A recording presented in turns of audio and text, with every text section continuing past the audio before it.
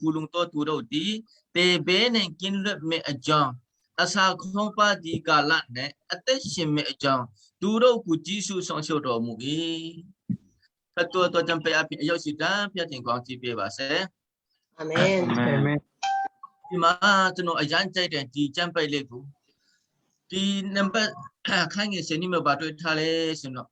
ထာဝရဘုရားကိုတဲ့နော်မိမိရဲ့ဘုရားအဖြစ်ရွေးကောက်တော်သူထမကပါလဲဆိုတော့ထာဝရဘုရားကိုအသက်ရှင်တော်ဘုရားကိုဖန်ဆင်းရှင်ဘုရားကိုမိမိရဲ့ဘုရားအဖြစ်ရွေးကောက်တော်သူဟာမင်္ဂလာရှိဒီချံပိတ်လေးကိုကျွန်တော်ဖတ်တဲ့ချိန်မှာဘယ်တော့မှမဝတ်နိုင်ကျွန်တော်ရဲ့နော်တခြားလူမျိုးတွေကိုကျွန်တော်မရှင်းစားနိုင်ဘူးเนาะကျွန်တော်တို့ပပပြည့်အတွင်းမှာကချင်ကရားကရင်မွင်စခန်းရှမ်းတိုင်းရင်းသားအမျိုးမျိုးတွေရှိတဲ့ချက်ထဲမှာအဲ့ဒီတန်စင်တော်ဖျားဖန်ရှင်းရှင်ဖျားအသက်ရှင်တော်ထာဝရဖျားကိုမိမိရဲ့ဖျားအဖြစ်ပူကွယ်တဲ့ဇူရီကကျွန်တော်တို့အများအပြည့်ချင်းနဲ့ကချင်နဲ့ကရင်ပဲကားနဲ့စားတဲ့လူတွေပေါ့နော်တရားလူမျိုးတွေကတော့ကရင်တွေလို့ခေါ်ဗမာလူတရားခေါ်တယ်သူတို့လည်းကရင်တွေလို့ပဲခေါ်ကြတယ်အဲ့ဒါကြောင့်ကချင်ကရားကရင်ဒီလေးမျိုးပေါ့နော်ကအစထာဝရဘုရားကိုကျွန်တော်တို့ဘုရားအဖြစ်လက်ခံတဲ့လူကအရာကိုနေတယ်ကျွန်တော်လည်းဗမာပြည်မှာဆိုရင်တော့ကျွန်တော်မရောက်ဖို့တဲ့နေရာမရှိဘူးအတိုင်းပြည်လေဆိုတာမရှိဘူးအမှုတော်ဆောင်အနေနဲ့လည်းကျွန်တော်ရောက်ခဲ့တာလည်းအများကြီးရှိတယ်ကျွန်တော်စဉ်းစားတယ်ਕਿကျွန်တော်တို့ဗမာပြည်ကိုကြည့်တဲ့ချိန်မှာကျွန်တော်တို့ဗမာလူမျိုးတွေအထင်မှာတော့မှထာဝရဘုရားကိုကျွန်တော်တို့ဖျားအဖြစ်ကျွန်တော်တို့ကူးကွယ်မဲ့ဖျားအဖြစ်ကျွန်တော်တို့ကိုပွေကဆောင်းရှောင်းမဲ့ဖျားအဖြစ်ကျွန်တော်တို့ကိုထင်းချောင်းမဲ့ဖျားအဖြစ်ရွေးကောက်တဲ့လူတွေကနေတယ်အဲ့ဒီဖျားကိုကူးဖျားအဖြစ်ရွေးကောက်တဲ့လူတွေကဗာလဲမင်္ဂလာရှိကျွန်တော်တို့ဘလောက်မင်္ဂလာရှိလဲနော်ထာဝရဘုရားကိုဘလောက်ကောင်းမြတ်တယ်လဲဆိုတာကူမိဆန်းကြပါဘုရားကောင်းမြတ်ခြင်းကိုကျွန်တော်တို့ကမမိဆန်းဘူးဆိုတော့ဘုရားကောင်းမြတ်ခြင်းမကြည့်ဘူးကျွန်တော်ရန်ကုန်မှာအင်းစီမျိုးနဲ့ပထမလမ်းဆိုတဲ့ဟိုပါလဲကျူးကျော်ရက်ွက်လဲမှာကျွန်တော်3နှစ်တာသနာပြုတဲ့ချိန်မှာအဲ့ဒီမှာနေတဲ့လူတွေအားလုံးကကာနာမှာဆိုတော့သူတို့ယောက်ျားတွေကည9 နာရီ10 နာရီဆိုတော့ငါဖမ်းဖို့အဲ့ချောင်းထက်ကိုရှင်းမြစ်ချက်ကိုရှင်းသွားပြီမနေ့4 နာရီ5 နာရီ6 နာရီလောက်မှပြန်လာတယ်သူတို့ငါရရင်အဲ့ဒီငါလေးကိုသူတို့မိမတွေကရဲမှာတော်ရောင်းပြီးမှပြန်လာတဲ့ချိန်မှာစံတပီရှိ30တာစာနည်းနည်းအဲ့ဒီမျိုးဝေလာပြီးမှပြန်လာပြီးတော့ချေပေါ်လေးတွေဝေလာပြီးမှသမင်းချက်တယ်စားတယ်စားပြီးတော့တနေ့ကုန်အိုက်တယ်သူတို့ဘာအခုမှမစင်စားဘူးတညလုံးယောက်ျားတွေကငါမှဖမ်းဖို့ရှင်လေမနေ့ဖြတ်သမင်းချက်ဖို့မရှိတော့တဲ့ချိန်မှာဘာလို့လဲအမျိုးသမီးတွေကတိုက်ခန်းထဲမှာသွားအဝတ်ဆော်ရှာရှိလားနော်နည်းနည်းပါပါသူမျက်စီမှာအလုပ်တွေသွားတောင်းရတာလေးတွေ400 500လေးနဲ့စံတပီလို့ဝယ်လာပြီးတော့ပြန်လာသားသမီးတွေနဲ့ကတလေမရှိဘူးဆိုတော့ဖြောင်းဖူးပြောတွေကိုချက်ဝယ်ပြီးတော့စားကြတယ်ကျွန်တော်သူတို့ရှိကိုဘေးကန်ချင်းနဲ့ဘေးကန်နိုင်ပေမဲ့ကျွန်တော်အမင်းတန်တရားဒေတာနာကိုဝယ်မြတ်ကြတယ်ဘုရားကောင်းမြတ်တဲ့အကြောင်းကိုပြောတယ်တချို့လူတွေကပြောလဲကျွန်တော်ဆရာနေကထွက်တဲ့အတမ်းပဲထွက်တာပဲဝင်တဲ့တန်းနဲ့ဝင်တာပဲဆရာတို့လည်းဒီတန်းပဲနေတာပဲကျမတို့လည်းဒီလူပဲနေတာပဲကျွန်တော်တို့လည်းဒီလူပဲနေတာပဲမူးရွာတယ်အားလုံးအတွင်းမူးရွာတယ်နေပူတယ်လည်းအားလုံးအတွင်းနေပူတာပဲဆရာပါထွေးတဲ့ပညာတွေပေါ့နော်ကျွန်တော်စဉ်းစားတယ်အော်ဘုရားသခင်ဒီလူတွေကဘုရားကောင်းမြတ်ကြောင့်ကိုမကြည့်တတ်တော့ဘလူမိဆန်းနေရနာမလဲဘုရားကိုမကြည့်တော့ဘလူဘုရားကောင်းမြတ်ခြင်းကိုမိဆန်းနာမလဲကျွန်တော်တို့ယုံကြည်သူဟာမနေ့ဆိုထားလာတဲ့ချိန်မှာအော်ဘုရားသခင်ညအမော်ထဲမှာယောဂအမျိုးမျိုးဒဏ်ရာအမျိုးမျိုးအန္တရာယ်အမျိုးမျိုးကလည်းကျွန်တော်တို့ကိုယ်ကမှစားပြီးတော့မနေ့ခင်မှာကြက်မှာလည်းချင်းပြထမြောက်ခွင့်ကိုပေးတဲ့အတွက်ကြောင့်ကျေးဇူးတင်တယ်ဆိုတော့အရာအကူကျွန်တော်တို့ချီးမွမ်းရတယ်လူတွေကတော့ဒီတိုင်းပဲလူအများအတွက်မြင်ကြတယ်မဟုတ်ဘူးဘုရားသခင်ကခုဘုရားအဖြစ်ကျွန်တော်တို့ရွှေကောက်လာတဲ့ချိန်မှာဘုရားသခင်ဟာကျွန်တော်တို့အတွက်ဘယ်လောက်ကောင်းလဲဆိုတော့နံပါတ်1ချက်ပြောချင်တယ်ဒါတော့မကဘူးဘုရားသခင်ပါပြောလဲအဲ့ဒီဘုရားကိုတဲ့နော်တဲ့ဖန်ဆင်းရှင်ဘုရားထာဝရဘုရားကိုသူတို့ရဲ့ဘုရားအဖြစ်ရွှေကောက်တော့သူတွေဟာတဲ့ဘုရားသခင်ကပါလဲထာဝရအသက်ရှင်ခြင်းအမွေကိုပေးရတယ်တဲ့ဟာလေလုယာကျွန်တော်တို့ကလောကမှာနော် ခံစားရတဲ့မင်္ဂလာတွေအပေါင်းတော့မကဘူးထာဝရအမွေနော်အသက်ရှင်ခြင်းအမွေကိုဘုရားသခင်ကပေးတယ်ဘယ်လိုမွေမြတ်ဖြစ်တယ်လဲအမွေဆိုတာနော်ထာဝရအသက်ရှင်ခြင်းဥစ္စာကိုကျွန်တော်တို့ကိုဘုရားသခင်ပေးထားတယ်ကျွန်တော်တို့ကဘုရားကိုရောက်ကိုပြီးမှဘုရားသခင်ကကျွန်တော်တို့ကိုပြန်လဲပြီးတော့ပွဲကတယ်မဆာတယ်ကြည့်ရှုတယ်အဲ့ဒီဘုရားသခင်ဟာနော်ကောင်းကင်ဘုံမှာနေပြီးတော့လူသားအားလုံးတွေကိုမြင်ရတယ်ကမ္ဘာပေါ်မှာရှိတဲ့အကုန်လုံးကိုဘုရားသခင်မြင်တယ် omnipresence omniscience omnipotent ဘုရားသခင်ဖြစ်တယ်နေရာတကာမှာရှိတဲ့ဘုရားနော်အရာအလုံးကိုတဆွမ်းတော်ဘုရားအရာအလုံးကိုတည်တော်ဘုရားဖြစ်တဲ့အတွက်ကြောင့်ကျွန်တော်တို့ဟာဘလူထုတ်ရှိရတယ်လေကျွန်တော်တို့ဟာဘလူနေထိုင်ခဲ့တယ်လေတာသမီးတွေဟာခက်ခဲလာစီရင်လာတာသမီးတွေဟာဘလူနေထိုင်ခဲ့တယ်လေတာသမီးတွေဘာလူအပ်တယ်လဲဆိုတော့ဘုရားသခင်ကိုယ်လုံးတည်တယ်အာမင်အဲ့ဒီဘုရားသခင်ဘလောက်ပေါင်းတယ်လေကျွန်တော်တို့အခုချင်းလူမျိုးတွေကျွန်တော်နည်းနည်းပြန်တော့ပါစေကျွန်တော်တို့ချင်းလူမျိုးတွေဟာဘုရားသခင်ကျွန်တော်တို့ကိုရွေးကောက်တော်မူခြင်းကျွန်တော်တို့ကိုထာဝရအသက်ကိုပေးတဲ့ချင်းလူမျိုးတွေဖြစ်တယ်ဒီကျွန်တော်တို့အနောက်ဘက်မှာအိန္ဒိယနိုင်ငံကဟိန္ဒူနိုင်ငံနော်မီဇိုရမ်ကတော့ကျွန်တော်တို့ချင်းလူမျိုးပဲလေဘင်္ဂလားဒေ့ရှ်မှာမွတ်စလင်နိုင်ငံဟိန္ဒူနိုင်ငံဖြစ်တယ်ကျွန်တော်တို့အစီဖက်မှာကြည့်မယ်ဆိုတော့တရုတ်ပြည်ကွန်မြူနစ်နိုင်ငံဖြစ်တယ်ကျွန်တော်တို့အောက်ဖက်ကိုကြည့်မယ်ဆိုရင်ဗမာပြည်ဘုဒ္ဓနိုင်ငံဖြစ်တယ်ကျွန်တော်တို့ချင်းလူမျိုးတက်လေးနော်လက်မတလောက်စာမရှိတဲ့ချင်းပြည်နယ်ဟာဘုရားဟိန္ဒူမွတ်စလင်ကွန်မြူနစ်ကဝန်းရံထားတဲ့ကျွန်တော်ချင်းတောင်တန်းနော်ကားမပြောနဲ့နော်ဆက်ဘင်းတော့မရှိတဲ့ချင်းတောင်တန်းနော်မင်းဒီရှိပြီးမှနော်ခရီးသွားတဲ့နေရာမှာဒီလိုကြီးကျယ်ခမ်းနားတဲ့အိန္ဒိယပြည်တော့နော်မီဇိုရမ်အဲ့ဒီဗမာပြည်တော့ကနော်ကြော်ပြီးမှကျွန်တော်တို့ချင်းပြည်နယ်ကိုသာသနာပြုဖို့ချင်းတောင်မှာတက်လာတာနော်ချင်းတောင်မှာသာသနာပြုဖို့လေရှင်နေလည်းမဟုတ်ဘူးကားနဲ့လည်းမဟုတ်ဘူးခြေကျင်ကနေတော့ကျွန်တော်တို့ဒီဘုရားဒီနော်အကုန်လုံးဟိန္ဒူတွေမွတ်စလင်တွေကွန်မြူနတီကိုကြော်ပြီးမှကျွန်တော်တို့လောကမှာရှိတယ်ဆိုတာမှမသိတဲ့ချင်းတောင်လေးမှာသာသနာပြုဖို့ဒီမြို့နယ်ကိုဝင်လာပြီးတော့ဒီမြို့နယ်ကနေဟာခါကိုဝင်လာဘလို့မမြင်ခဲ့တယ်ကျွန်တော်တို့ဖျားသခင်ကမရွေးရင်ဒီ missionary ကျွန်တော်တို့ရှိမှရောက်ရှာအကြောင်းရှိဘူးအာမင်ဒီ missionary ကျွန်တော်တို့ဘမှာပြီးမှရောက်တဲ့စုကလေးကကျွန်တော်တို့ချင်းတောင်မှာရောက်တဲ့စုကလေးကဒီလူတွေဟာဖျားသခင်ကကျွန်တော်တို့ကိုကြွေးကောက်တယ်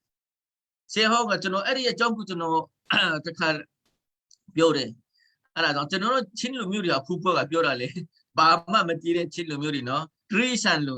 နော်မြုပ်လူဖြစ်တဲ့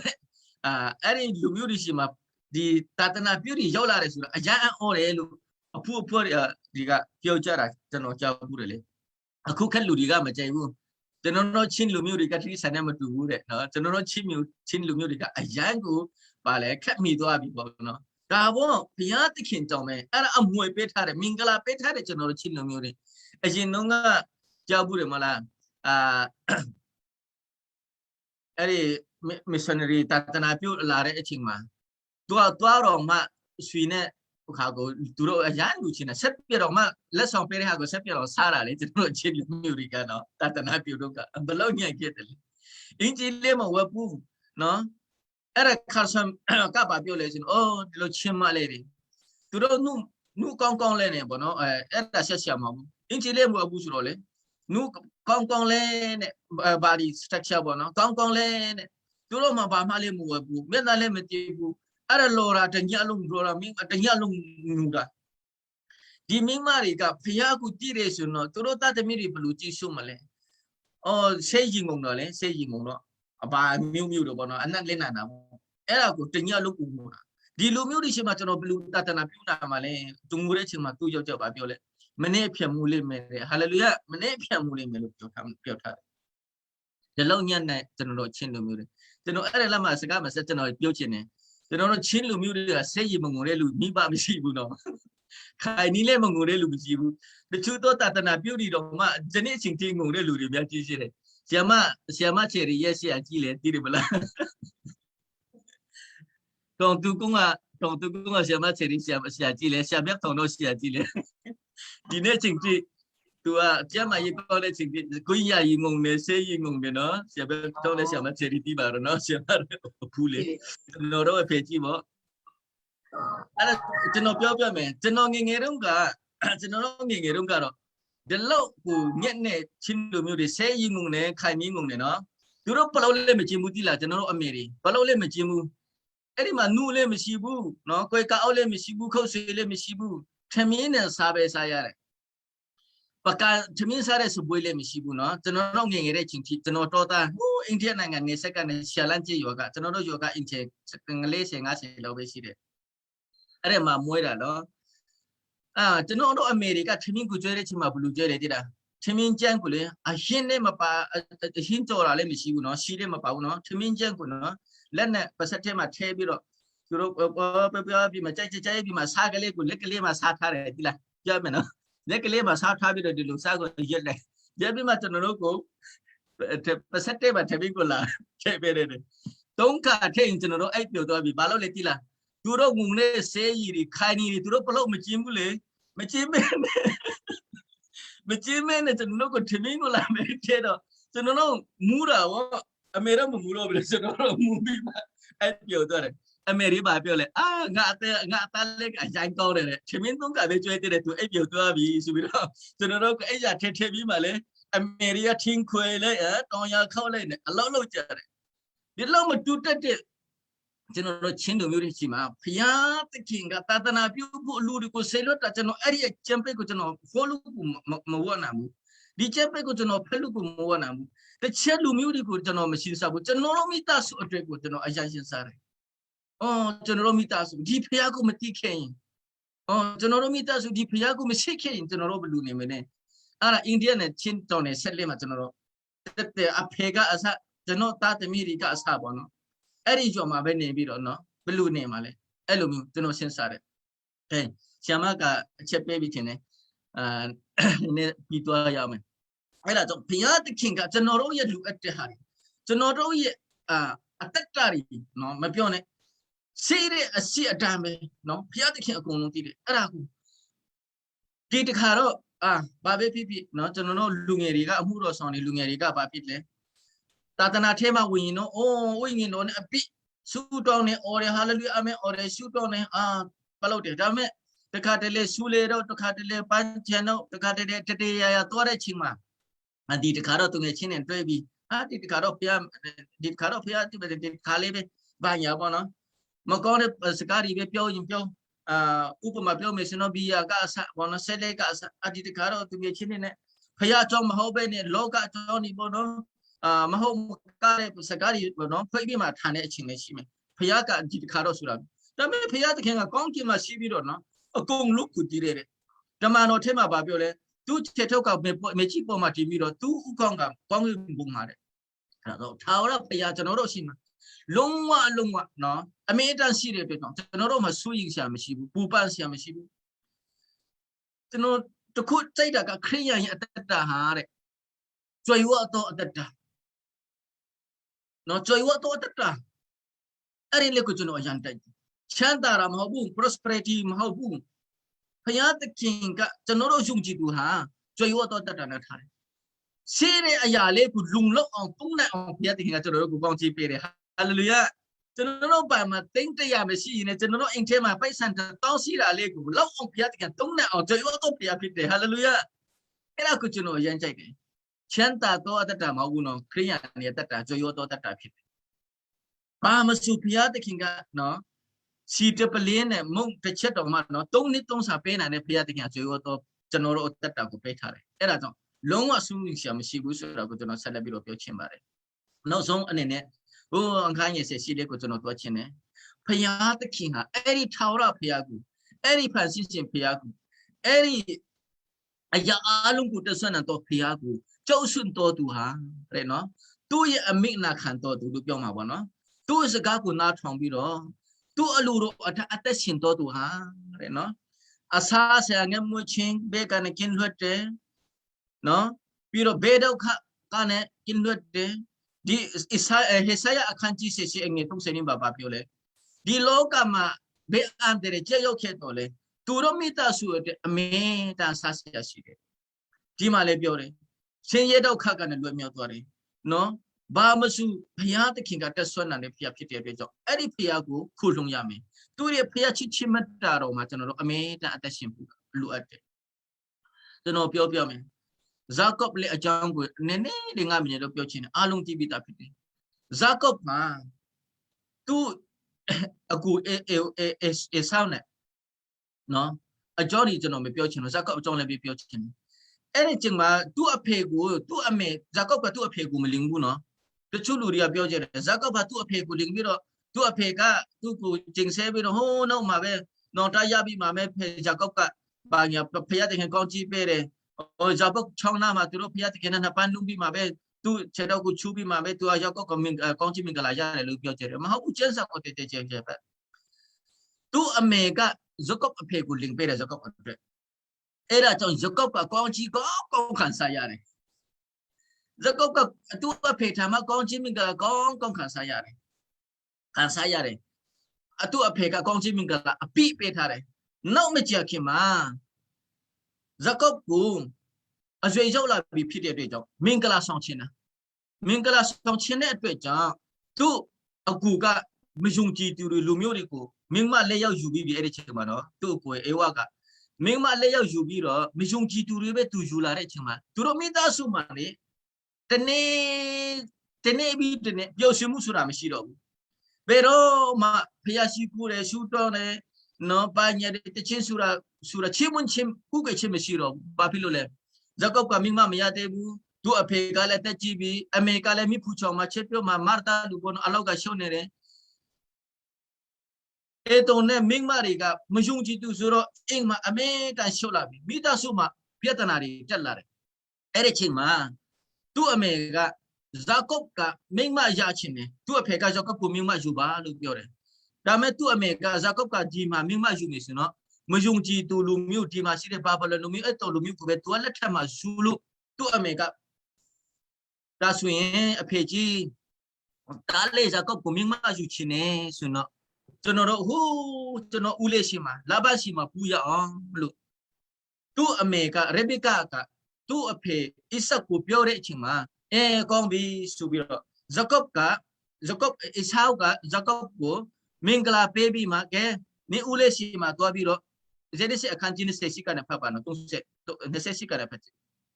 သူ့အကူရှိမှာဦးလေးရှိမှာတွားပြီးတော့မင်းမတွားယူပါသူတို့ညီမတယောက်ကိုတာတမိတယောက်ကိုတွားယူပါအဗရာဟမ်ရဲ့ဖယားနင့်အဖေအိုက်ဇက်ရဲ့ဖယားနော်ထာဝရဖယားတန်ရှင်းတော်ဖယား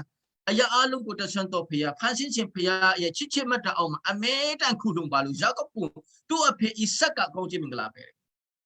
အဲ့ဒါဇာကော့ကသူ့စိတ်ထဲမှာထားတယ်ကျွန်တော်မိမယူတော့မယ်ရှင်တော့အဲ့ဒီကျွန်တော်အဖေကုပဲတဲ့ဖယားအဖိုးကုပဲတဲ့ဖယားထာဝရဖယားကိုအမေတန်ကျွန်တော်ယုံကြည်မယ်ကုပဲမယ်သူအရက်အောင်မှာကျွန်တော်အမေတန်ခုလုံမယ်ဆိုပြီးတော့ဇာကော့ကဆုပြချက်ပြီးတော့သူတယောက်ထဲနော်သူတယောက်ထဲတောင်ဝဲနေမယ်သူခရီးထွက်သွားတယ်ခရီးထွက်သွားတဲ့ချိန်မှာဘာဖြစ်လဲမူးချောက်တဲ့ချိန်မှာဇာကော့ကအိပ်ပြောသွားအဲ့ခါนี้မှာသူဘာဖြစ်လဲသူအဖေရဲ့မှားထားတဲ့အတိုင်းပဲဖယားကိုချီးမွမ်းတယ်ကောင်းကင်ဘုံမှာရှိတဲ့ထာဝရဖယားနေရာတကာမှာရှိတဲ့ဖယားကျွန်တော်တားဟာကျွန်တော်မိမယူဖို့ကျွန်တော်အိုးလေးချီမသွားတယ်ကျွန်တော်လန့်ခရီးကိုကူးဆောင်တော်မူမှာပေါ့နော်သူ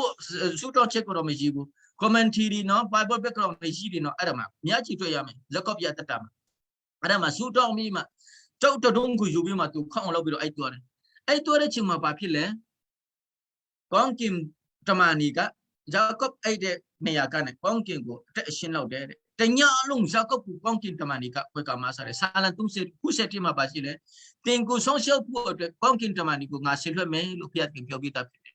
ငါကိုခုလို့ရင်ငါချစ်ချစ်မတအောက်မှာကိုလို့နေငါကိုချစ်ရင်ငါစကားကိုနားထောင်ရင်တင်ကိုဆုံးရှုပ်မယ်ကောင်းကင်တမန်ကိုဆင်လွှတ်မယ်ဆိုတာဇာကော့အပေါ်မှာတက်ရောက်တယ်ဘာဖြစ်လို့လဲဇာကော့ကဖျက်ကိုအကူပြီးလေတချို့လူတွေကပြောတယ်အဲ့ဒီဇာကော့ကမနေ့ထားပြီးမှအဲ့ဒီကြောက်တူကြီးကိုစိတ်ထူပြီးမှဒီနေရာဟာပါလဲဖျက်ရှိတဲ့နေရာလို့ဇာကော့ကတတ်မှတ်ပြီးတော့အဲ့ဒီကြောက်ကူဘတ်တယ်လို့နာမည်မိထားတယ်လို့ပြောထားတယ်မဟုတ်ဘူးအဲ့ဒီဇာကော့ကြောက်တဲ့နေရာကိုဘတ်တယ်ဖျက်ရှိတဲ့နေရာမဟုတ်ဘူးအမှန်တော့ဖျက်ကူကုပဲတဲ့ဖျက်ကူအကူတဲ့ဖျက်အောက်မှာအမေတန်ကူလူနေတဲ့ဇာကော့တွားတဲ့နေရာတမ်းမှာဖျက်ရှိတယ်ဟာလေလုယာအဲ့ဒါကူလူတွေကမကြည့်တတ်ဘူးအဲ့ဒီနေရာကိုဖျက်ရှိတဲ့နေရာ ဖြစ်တဲ့အတွက်ကြောင့်ဘယ်ချက်လူနာမေးတာမဟုတ်ဘူးဇကပ်တော်တဲ့နေရာတိုင်းမှာဇကပ်ကဖျားကူအခုတဲ့အတွက်ကြောင့်ဇကပ်တော်တဲ့နေရာတိုင်းမှာဘုရားသခင်နဲ့တူတူရှိတယ်အဲ့ဒါကြောင့်ဇကပ်ရောက်တဲ့နေရာတိုင်းကိုဘက်ချက်ဖြစ်သွားတယ်ဟာလေလုယာအဲ့ဒါကိုကျွန်တော်တို့ကတိထားဖို့လိုတယ်ကဲနည်းနည်းရှိတာသွားတဲ့ဇကပ်အဲ့ဒီမှာအနည်းခုနှစ်မြင့်မအတွက်ခုနှစ်ဆက်လက်နှစ်နော်မြင့်မအတွက်ဆက်လက်နှစ်ပြီးတော့တာသမီးတွေမြင့်မဒီဒရိစတန်ရဲ့အတွက်ခုနှစ်21နှစ်ကြာတဲ့အချိန်မှာသူဇာတိကိုပြန်လာဖို့ပြောထားတယ်အဲ့ဒီနေရာလေးမှာကျွန်တော်တခုပြောချင်တယ်ကျမ်းစာထဲမှာဆေပုတခုဆိုတာဇာကော့ကသူခရီးထွက်တဲ့ချိန်မှာပြောတယ်ဘုရားသခင်ကျွန်တော်ကိုတဲ့ဒီအဖေတို့မိသားစုထဲမှာကျွန်တော်တို့မိသားစုထဲမှာဥရမပြန်ခေါ်လာမယ်ဆိုတော့ကျွန်တော်စီးတဲ့အောက်စာတိထက်ကဆေပုတခုကိုဘုရားသခင်ပေးမယ်လို့ဇာကော့ကဂတိပေးထားတယ်ဇကောက်ကအဲ့ဒီမှာ20နှစ်နေပြီးမှပြန်လာတဲ့အချိန်မှာဖြစ်လေဂျော်ဒန်မီကျောက်တဲ့ချိန်မှာဇကောက်ကရှူတော့တယ်အငယ်ကဘာဦးချအခန်းကြီး30နှစ်ကိုပြန်ဖတ်တဲ့ချိန်မှာဘာပြောလဲဆိုတော့ဇကောက်ကရှူတောင်းပြီးတော့ဖခင်ကိုချီးမွမ်းတယ်ဖခင်သခင်ကျွန်တော်ဒီဂျော်ဒန်မီကိုဖျက်ကျော်လာတဲ့ချိန်မှာကျွန်တော်တောင်ဝဲတစ်ချောင်းနဲ့ပဲဒီဂျော်ဒန်မီကိုဖျက်ကျော်လာတယ်အခုကျွန်တော်ဒီဂျော်ဒန်မီကိုပြန်ရောက်လာတဲ့ချိန်မှာဒီအဖွဲအရှိနှမျိုးကနေကျွန်တော်ကိုဒီဂျော်ဒန်မီကိုဖျက်တန်းခွင့်ပေးတဲ့အတွက်ကျွန်တော်ကိုရန်ကိုကျေးဇူးတင်တယ်ဘုရားသခင်ရဲ့ကျေးဇူးတော်ကိုခံစားထိုက်တဲ့တာမဟုတ်ဘူးလေဘုရားသခင်ရဲ့ချစ်ချင်းမတ်တာကိုခံစားထိုက်တဲ့ကျေးဇူးတော်ကိုမင်္ဂလာကိုခံစားထိုက်တဲ့တာမဟုတ်ဘူးလေဇကောက်ကအပြစ်ရှိတဲ့တာတဲ့ဇကောက်အတ္တကိုဘလို့ချစ်စရာကောင်းလဲတနေ့ကုန်တနေ့တညဒုညတဘုရားသခင်ကိုချီးမွမ်းပြီးတော့ဆူတောင်းပြီးတော့ဆက်ကတဲ့ဇကောက်ကကျွန်တော်မှာကောင်းချင်ပြီကလာခံစားထိုက်တဲ့လူမဟုတ်ဘူးစဉ်းစားကြည့်ကျွန်တော်တို့ကတော့နော်တစ်ပတ်မှတစ်ခါစာဆောင်ရင်နော်အိုးကျွန်တော်ကတော့အသက်ရှင်နေတဲ့ကောင်းချင်တဲ့ငါတက်မလူပါလူနဲ့ဟာအမျိုးသမီးအစာဆောင်ရင်းနဲ့တော့ကျန်နေမှာအမျိုးသမီး3ယောက်ပါတယ်နော်အမျိုးသမီး3ယောက်ပါပဲအမျိုးအတင်းတော်တကူထဲမှာအမျိုးသမီး3ယောက်ပဲအစာဆောင်ဆုတောင်းလာတယ်ဟာသူတို့ကြွားလိုက်တာပါကြွားလိုက်တိလားဒီနေ့တော့ကျွန်တော်တို့ကျမတို့3ယောက်ပဲဖြစ်ပေမဲ့အာနာကြီးအပြီးဆုတောင်းတယ်ဟိုးတငယ်ချင်းစီတွေမှာပြောတယ်သူတို့ပြောချင်တာကဆုတောင်းတာကိုမဟုတ်ဘူးအစာဆောင်ဆုတောင်းဖို့3ယောက်ထက်ဖျားကြောင်းပြောတာကိုဝါကြွားတာအဲ့လိုမျိုးကျွန်တော်တို့တတ်တာကနော်သူမြတ်မလောက်တဲ့ဟာကိုလောက်တယ်လူပဲသူမြတ်မမြင်ဘူးတဲ့ဟာကိုမြင်တယ်လူပဲသူတို့မလောက်နိုင်တဲ့ဟာကိုကျွန်တော်တို့လောက်နိုင်တယ်လူပဲတခါတလေဟိုမှာဘာကချင်တော့ကျွန်တော်ဘာညာနေမနော်အမှုတော်ဆောင်ရကြောနေတော့ကျွန်တော်တို့သိဖို့လို့ဘာဖြစ်လို့ကောင်းချီးမင်္ဂလာခံစားတယ်လို့မခံစားနိုင်တယ်ဆိုတော့ကျွန်တော်တို့အတ္တကိုဖျားခင်ကြည့်ဟိုကြောမှာဆိုအဲ့ဒါကြောင့်ကြွေဝတော့အတ္တဆိုတာအဲ့ဒါပဲဒါပေမဲ့ဖျားတင်ဘယ်တော့မှကျွန်တော်တို့ကမစွန့်လွတ်ဘူးတာသမီးတွေကိုအမေတန်ကိုကြဆုံးပါတယ်ကဲဇကောအတ္တကြည့်အနစ်20တိနလို့သူခီအင်ကနေထွက်တဲ့နေကနေနော်ပြန်လာတဲ့ချင်းထိရှုမတော့ပဲနေစကောမနေဘူးနော်20နှစ်လုံးနော်အဲ့ဒီဇော်ဒါမစ်မာလေးသူရှုတော့လာလေဘုရားသခင်ဒီဇော်ဒါမစ်ကိုကျွန်တော်ဖြတ်တဲ့ချိန်မှာဒီတောင်ဘက်တချောလိုက်နေဖြစ်တာအခုဒရိစာနီအပိနော်နွားရီကျွဲရီတူရီကလောက်တီနော်မီရီအပိမင်းမ၄ယောက်တာသမီး7ယောက်အဲ့ဒီမှာဘင်ဇမင်မမွေးသေးဘူးတာသမီး7ယောက်နော်မင်းမ4ယောက်ကျွန်းအပိဒီလူတွေနဲ့ကျွန်တော်ဒီကိုဖြတ်သွားပြီးဖျားတဲ့ခင်ကျွန်တော်ကိုကောင်းချီးမင်္ဂလာခံစားထိုက်ဖို့မတင်တော့ဘူးသူပြောပဲမဲ့ဘာဖြစ်လဲကောင်းချီးမင်္ဂလာခံစားရတယ်ဒီနေ့ကျွန်တော်ပြောချင်တာကထာဝရဖျားအသက်ရှင်တော်ဖျားကိုကျွန်တော်တို့ဖျားအပြည့်ရွေးကုတ်ပြီးရှုကြတဲ့ကကျွန်တော်တို့သူ့ရဲ့ချစ်ချင်းမတ်တအောင်မှာခုလုံးပြီးတော့သူ့စကားကိုနားထောင်ပြီးတော့ကျွန်တော်တို့ရဲ့အသက်တာမှာပထမဖျားကိုထားပြီးတော့ယေရှုကိုပထမထားပြီးတော့ကျွန်တော်တို့အမှုတော်ဆောင်တဲ့ချိန်မှာပဲဖြစ်ဖြစ်အင်ဒရမှုကလို့တဲ့ချိန်မှာပဲဖြစ်ဖြစ်အစိုးရဝန်ထမ်းပဲဖြစ်ဖြစ်နော်တာသနာလုံငါမှာပါဝင်တာပဲဖြစ်ဖြစ်နံပါတ်1ဘုရားသခင်ကိုထားပြီးတော့ဘုရားသခင်ကကျွန်တော်ကိုတည်တယ်ပထမဆုံးစားစရာမရှိတဲ့အချိန်မှာလာစားမရှိတဲ့အချိန်မှာချင်းရိတ်တော့ခါတဲ့အချိန်မှာညီကူမောင်နှမတွေကိုမနှမြောင်းနဲ့ညီကူမောင်နှမတွေနိုင်ငံခြားမှာရှိတဲ့အမျိုးတွေကိုတော့စိတ်ကူးထဲမှာမထင်းနဲ့